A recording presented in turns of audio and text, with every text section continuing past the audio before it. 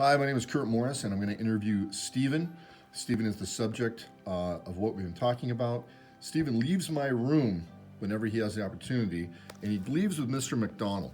Mr. McDonald is the special needs teacher or the at-risk teacher that I work with who allows kids to go into his room, especially Stephen, when Stephen feels like he is having a lot of anxiety. So I just want to ask you a couple of questions, Stephen. My first question is, why do you think leaving my classroom and going to Mr. McDonald's classroom helps you?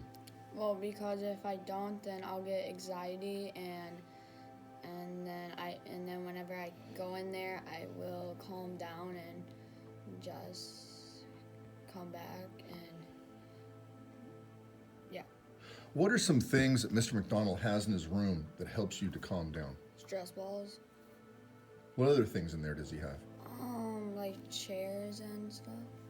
Well, does he have things like you have a stress ball, so you have a football that you like to throw around to relax? Okay. I'm now going to talk to Mr. McDonald. Mr. McDonald, what are some of the changes you can see in Stephen when Stephen comes into your room? I think, as soon as he comes into the room, I think he feels more relaxed just because there's not a whole lot of students anymore.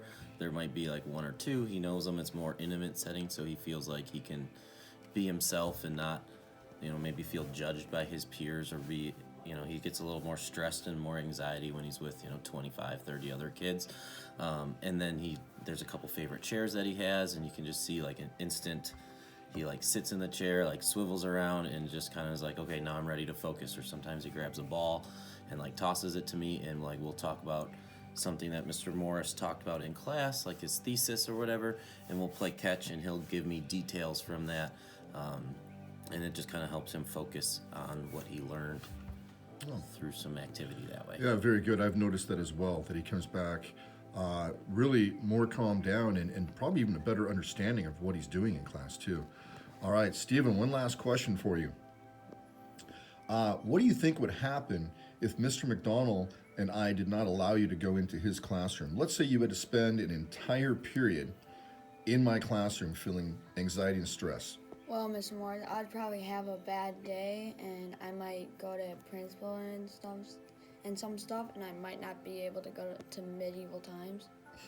Because you feel a lot of stress in the classroom and you might act out? Mm-hmm. All right. Well, thank you very much. I appreciate your time.